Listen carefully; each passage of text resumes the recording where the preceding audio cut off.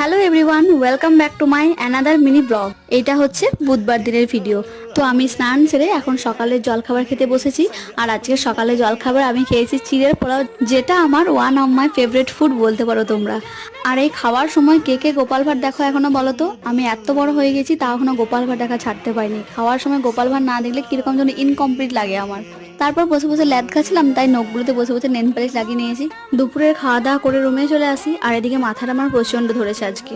এরপর সন্ধ্যাবেলায় চপ আর মুড়ি নিয়ে বসে গিয়েছি। কার কার সন্ধ্যাবেলায় চপ মুড়ি খেতে ইচ্ছে করে আমাকে বলো কিন্তু। এদিকে মা এখানে একটা খাবার বানিয়েছে, যেটা নাম আমি জানি না, কিন্তু এর ভেতরটার মধ্যে ছিল চিড়ে আর নারকেলের পুর। খেতে কিন্তু প্রচন্ড টেস্টি হয়েছিল।